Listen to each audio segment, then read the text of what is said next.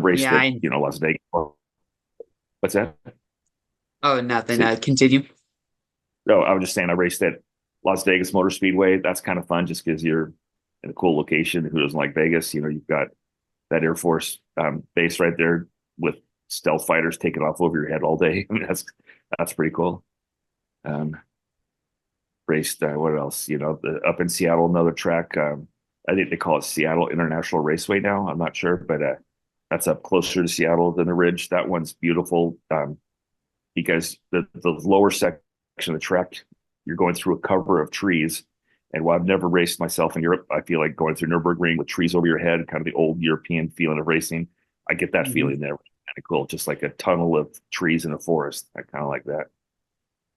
Yeah, I know what that area of the world is like. A couple years ago, I went to Seattle and visited Mount Rainier National Park, and I could see the mountain even through the highest of the forest. And when I got to like the cabin at the nearest part of the summit, it looked like I was staring at Mount Everest.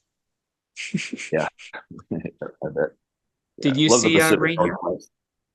I've seen it before, but never been up to it. But like I said, we're going to Portland in about 3 weeks to race at uh, the Portland International Raceway, which not my favorite track. It's a little bit unexciting, uninspiring. Just very flat, no elevation change. Couple, the front straight, just long straight with a chicane. The chicane's tricky.